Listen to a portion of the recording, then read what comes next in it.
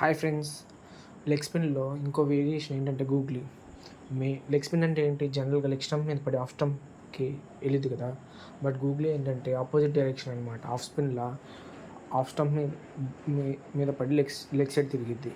ఇది ఒక మంచి వేరియేషన్ బాల్ అనమాట. ఎందుకంటే బ్యాట్స్మెన్ లెగ్ స్పిన్ కోసం చూసినప్పుడు మనం గూగ్లీతో బాల్తో కొట్టేయచ్చు. ఈ గూగ్లీ వేస్తూ ఉంటే ఫస్ట్ బాల్ని 2 ఫింగర్స్ అప్ 2 ఫింగర్స్ డౌన్ కదా.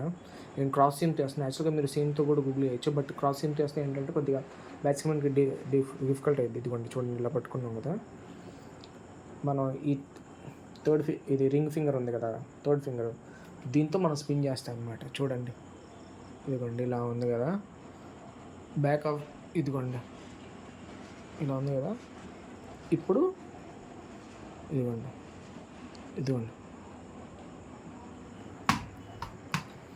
ఇంకోసారి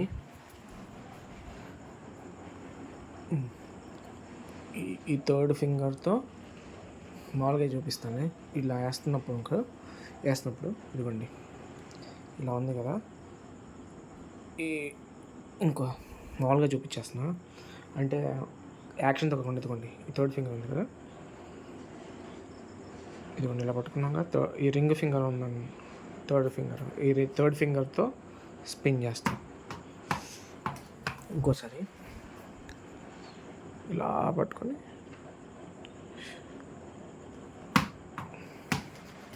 అంటే మామూలుగా చెప్తున్నా. యాక్షన్లో అయితే ఇది చూడండి, ఇలా వేస్తున్నాం కదా. ఇలా మనం ఇలాగ వేస్తే బాల్ ఇంకోసారి ఇదిగోండి ఇలా వేస్తాం. ఇంకోసారి చూపిస్తా, బాల్ తిరుగుద్ది. ఇదిగోండి ఇలా వేస్తాం, తిరిగిద్ది అనమాట.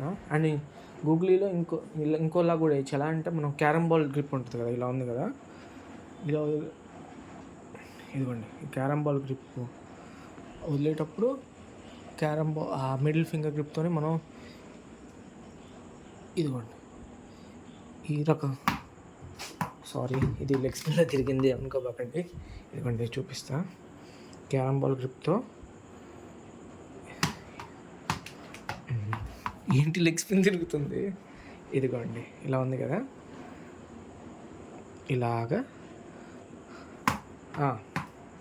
అలా వేస్తే ఏంటంటే బాల్ స్లోగా వచ్చి బ్యాట్స్మెన్ డిసీవ్ అయిపోతాడు లెగ్ స్పిన్ అనుకోండి. బట్ గూగ్లీ అయ్యిద్ది.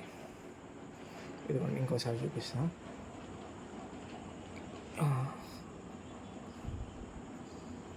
ఇదిగోండి ఇలా ఉంది కదా.